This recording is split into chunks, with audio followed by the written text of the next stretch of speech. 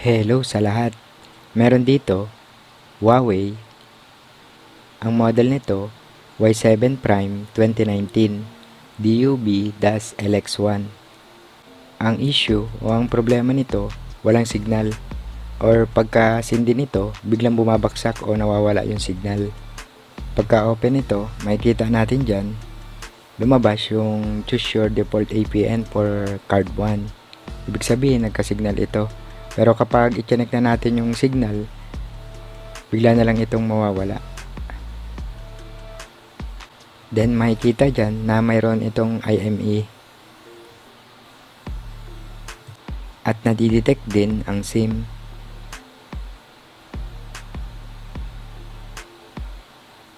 So ito ngayon yung gagawin ko.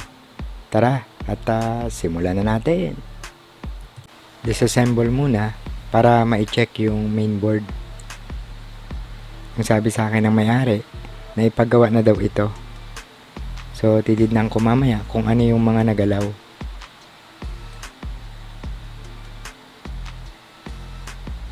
Pagka open ko nito, makikita na galaw na yung WTRIC. Then kung mapapansin, parang may pumutok sa part na ito.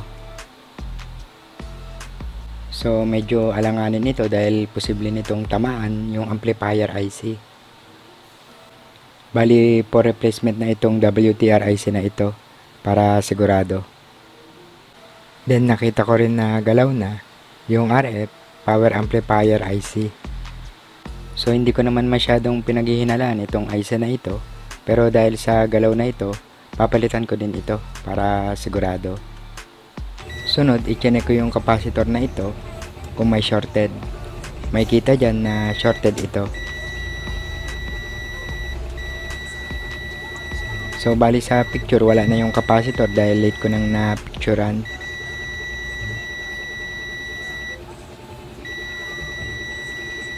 Ngayon, inalis ko muna yung shorted na capacitor. Maaari ito na hindi napalitan, pero depende na yan sa inyo kung ano yung gusto nyo. Then i-check ko uli at makikita dyan na wala na itong shorted.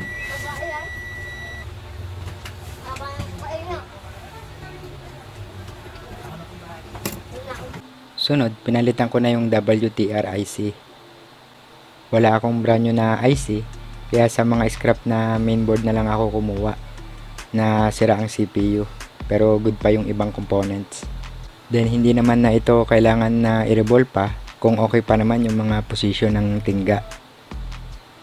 Sunod, pinalitan ko na rin yung RF power amplifier IC.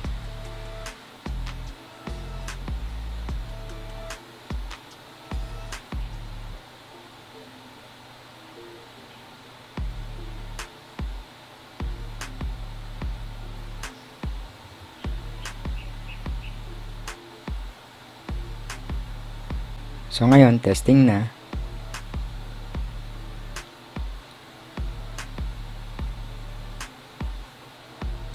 Makikita dyan na wala pa rin itong signal. Then sinubukan ko na din itong i-factory reset, pero ganun pa rin yung problema. Sunod na ginawa ko, na-replace ko na yung power amplifier IC. Kapag napalitan na ito at hindi pa rin ito nagka-signal, magpo-focus na ako sa mga maliliit na components. Then kailangan na rin itong gamitan ng schematic.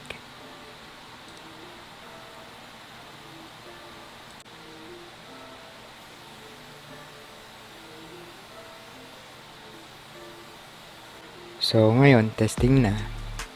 Tignan natin kung ano yung lalabas sa tawas.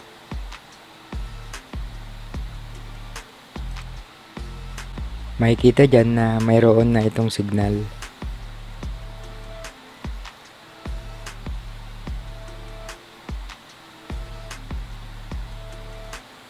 So goods na ito.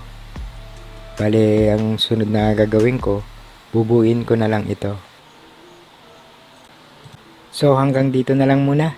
Sana nakatulong tong video natin at may natutunan tayo kahit na konti, lalong-lalo na sa mga bagong tulad natin. At hi and hello na sa mga tropa, sa mga master, sa mga nag-upload ng mga totoong impormasyon, sa mga sumusuporta at mga nagtitiwalang magpagawa sa atin. Ayun. Thank you, thank you, thank you, thank you, thank you sa inyong lahat. At yun, okay na to. Okay, okay, okay, okay, okay, okay, okay.